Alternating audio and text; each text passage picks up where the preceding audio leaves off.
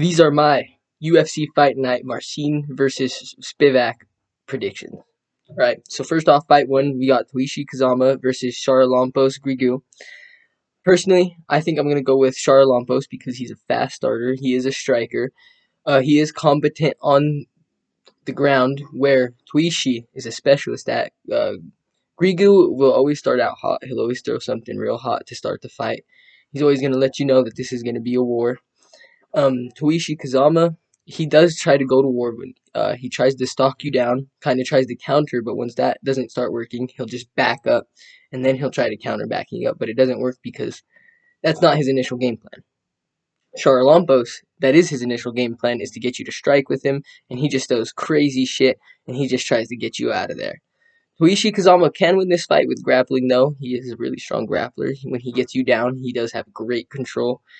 He is really good at getting the legs wrapped up and not letting you back up to your feet. But he's not much of a submission threat. Once he starts moving to full mount and stuff, it's a lot easier for you to get away from him then. And then, so I think I'm going to go with Charalampos Grigu to finish him by the second round, I'm guessing. Then fight two, Yana Santos versus Chelsea Chandler. Yana Santos is getting at the end of her career, coming off 3 losses. She hasn't been looking that great as of recent. She's been looking quite slower. Chelsea Chandler is on the up and coming. She has wins over Josiane Nunes and Julija Storylyanko. That Josiane Nunes win does look really good. Josiane Nunes was doing really good before that loss. She was taking it to a lot of bigger opponents. So her being able to beat her, Chelsea Chandler being able to beat Josiane Nunes looks really good on her record. So I think I'm going to go with Chelsea Chandler to win that fight, and Yana Santos is probably going to retire after this. And then we have Chris Gutierrez versus Quang Lee. I am going to go with Quang Lee. Chris Gutierrez, he just is a point-style kickboxer. He has losses to Timur Valiev, Ioni Barcelos, Pedro Munoz, and Song Yadong. Being his most recent, the Pedro Munoz fight was pretty bad. It was just a leg kick battle that he was clearly not going to win from the start, and he just decided to keep having a leg kick battle. It was not the most impressive fight ever. But he is fast. He does have a flying knee KO over, or not really flying, more like a jumping knee over Frankie Edgar. But that was Frankie Edgar late in his career after he took a flying knee from Corey Sandhagen. So that win doesn't look as impressive. Um, he's okay with the slow paced fight. He really is. He's just trying to look out. He's just trying to look to set up his KO shot. But versus a guy who's fast paced like Kang Lei, you're not going to be able to, because Kang Lei does have he's coming off 2 knockouts in under 2 minutes. He has one in a minute, and then he has another in like 2 minutes and 47 seconds. He is a fast starter.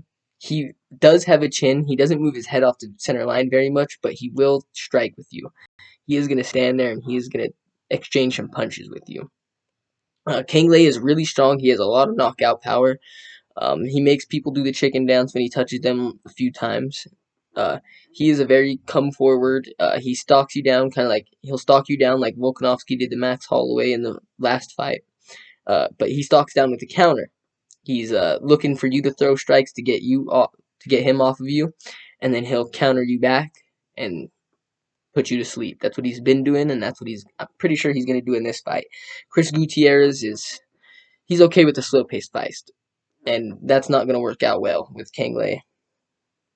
And Kang Lei also does have a really good switch kick and really good kicks in general. His kicks are pretty nasty for a smaller guy. You wouldn't expect his kicks to be blasting people like they are. And then with the next fight, Danny Barlow versus Nikolai Veretinikov. I am going to go with Nikolai Veretinikov. Danny Barlow will fall in love with his left hand. Left hand to God is his nickname. He will fall in love with it. There was a fight versus the dude with last name starting with the G, where he was just spamming his pull back left hand, pull back left hand, pull back left hand. He can KO you moving backwards with a hook, a left hand, but that's all he starts looking for, and it starts getting very obvious as what punches he is looking for. He did really good Danny Barlow did really good in his Contender Series fight versus a dude with the same hometown as him. He kind of just walked towards him, waited for the dude to make a mistake, and put him out. But Veretinikov has a chin. Now, Veretinikov doesn't move his head off the center line. It'll stay on the center line. He is there to be hit and put to sleep. But Veretinikov has a very strong chin. He will let you punch him so he could land 2 or 3 punches on you. He's very strong coming forward. He's likes throwing his kicks from range and then entering in and punching you. Um, he's he's just strong in general. He's a strong puncher. He can put people's lights out. So I'm definitely gonna go with Veretinikov in this. Veretinikov also last fought a southpaw. He has very strong takedown defense. His last fight was a southpaw, and Danny Barlow is indeed a southpaw. He started his career 1-3, so those 3 losses are a little, when losses are at the start of someone's career, they look different to when they're recent losses. And his fourth loss recently came to Michael Morales in the Contender Series, and we know how great Michael Morales is doing, so that's not nothing to, be like, oh, he lost to Mike. No, that's a decent guy to lose to. He is a shot selector in a war. Veretinikov will select his shots while he's in a war. He will be looking at you while you're punching, and he'll find his shot to put you out to sleep. He doesn't have the best control, but he does have very strong reversals. Like when you're shooting a takedown, he is very good at reversing it and making sure that he stays on top and he is not in the losing position. Like Danny Barlow has a lot of speed. He has a very wide stance. He does have a lot of feints. He can counter knockout moving backwards, but I think Veretinikov's chin and his power and his shot selecting is going to be too much for Danny Barlow in this fight. And Danny Barlow was also talking about he is feeling the pressure of his 0. So that is also something to look at. And then we have our co-main event with Damon Jackson versus Cheapy Mariscal. I am going to take Damon Jackson to win this fight. I do believe Damon Jackson is going to be able to use his cardio and his pace and his shitty takedowns to win this fight. As funny as it says, Damon Jackson has losses to Yancy Medeiros, Kevin Aguilar, Movid Kabulaev, which is the dude who KO'd him in PFL. As he gets KO'd in the PFL by a flying knee, and that's PFL's most used clip to this day. He then goes on to the UFC. He gets him a few wins, and then he loses to Ilia Topuria in his second fight. He goes on a 2-fight winning streak, beating Dan Argueta, hugging him. Dan Argueta, the wrestler, was outstriking Damon Jackson, but Dan Argueta's wrestling couldn't have been that great if Damon Jackson was able to get him to the ground and hold his back for more than 2 minutes of each round, winning him that fight. And then after that, they set him up with Pat Sabatini, another wrestler. He front kicked Pat Sabatini to start the fight and put Pat Sabatini out pretty much after a few follow-up shots. And then he lost to Dan Ige, getting clipped at the end of the second round, getting put to sleep from Dan Ige, because Dan Ige does that. And then he lost to Billy Q. Like it wasn't even a split. He pretty much lost to Billy Q pretty badly. And we know Billy Q has been falling off at the end of his career as of recent. So that win or that loss to Billy Q doesn't look as good as it did when he first lost to Billy Q. And he's a slow twitch guy who doesn't like war. He just really does not like war at all. Chipe Mariscal, he has losses to Gregor Gillespie at the very start of his career, Bryce Mitchell, the decision of Bryce Mitchell, and Joe Anderson Brito, which we all know is really good now. He's been doing really well in the UFC. Steve Garcia, who's on a 3-fight KO streak or 4-fight KO streak, and he's been looking very impressive. And then Sean Soriano, but Sean Soriano had 4 losses in a row in his last stint in the UFC, and he hasn't fought again. He has 2 fluke wins over Jack Jenkins, which he got a weird takedown, and Jack put his arm down weird, and it caused him to get injured, and the fight couldn't continue. But we all know Jack Jenkins was a lot better than what that fight showed, and we all know Jack Jenkins will be back in the UFC doing a lot better than we saw from him in that last fight. And then his win over Morgan Charrier was a complete robbery. Morgan Charrier completely won that fight. Chipe Mariscal didn't do much on the feet. He was landing pretty weak jabs and right hands.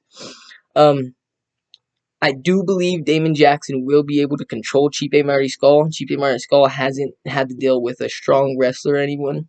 We know Damon Jackson can wrestle, and we know he can get control of you if needed.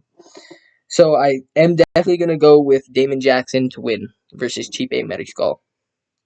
And then Marcin Tybrua versus Sergey Spivac 2. This is a rematch. I do have Sergey Spivac winning this one. Marcin Tybrua has lost to Tim Johnson, Fabricio Werdum, Derek Lewis, Augusto Sakai, Alexander Volkov. He does have a lot of losses in his career that don't look that great. He could have on the feet. His defense is pretty bad. His go-to defense is this, and then Tom Aspinall threw a 1-2, and this was his only defense. I mean, hopefully he's worked on his striking defense, but Sergey Spivac isn't a striker. Marcin Tybrua does have great ground control once he does get control of you. His legs are really strong, and they get a great grip around your whole body, and it's hard for anybody to break control of his leg grip once they get around your body. So he does have that, and it's really strong. He's beaten Tai Tuivasa, Walt Harris, a few people where his legs just hug around them, and he ground and pounds them or get the finish some other way because of his strong control with his legs. Sergey Spivac does have losses to Walt Harris, which Marcin Tybrua did control. He also lost to Marcin himself, Tom Aspinall, and Cyril Gane. They both lost to Tom Aspinall, so that's nothing to sweep under the rug. Sergey Spivac is just a lot stronger. He was able to pick up Greg Hardy, treat Greg Hardy like a baby, and Greg Hardy was huge. Greg Hardy was massive, and he was able to control him at free will, no problems. And then the second he decided to start ground and pounding, Greg Hardy was pretty much out. Now, Sergey Spivac on the feet, once he does get clipped, he pretty much quits. Once he gets hit once, he pretty much calls it a day. That's it. He already lost. But Marcin Tybrua won't be landing a strike or anything that significant that'll make Sergey Spivac think about coming forward or think about fighting. Sergey Spivac will be able to, I'm pretty sure, will be able to use his upper body strength to control Marcin, because Marcin does seem to only have lower body strength to control, and that's not going to get you to control. That's only going to keep control. I really do think Sergey Spivac is going to be able to take him down, control him, and his ground and pound is just too nasty for Marcin to withstand. Marcin's going to be quitting pretty fast if Sergey Spivac starts ground and pounding him. And we know Sergey Spivac has been training with a lot of other people recently. He also did a little thing with John Jones that we all saw that John Jones wouldn't do with Tom Aspinall, because we know John Jones is scared and is going to retire. But going with that, I really do think Sergey Spivac is just going to, in the second round, he's going to take down Marcin. He's going to get control, and he's just going to beat the shit out of Marcin.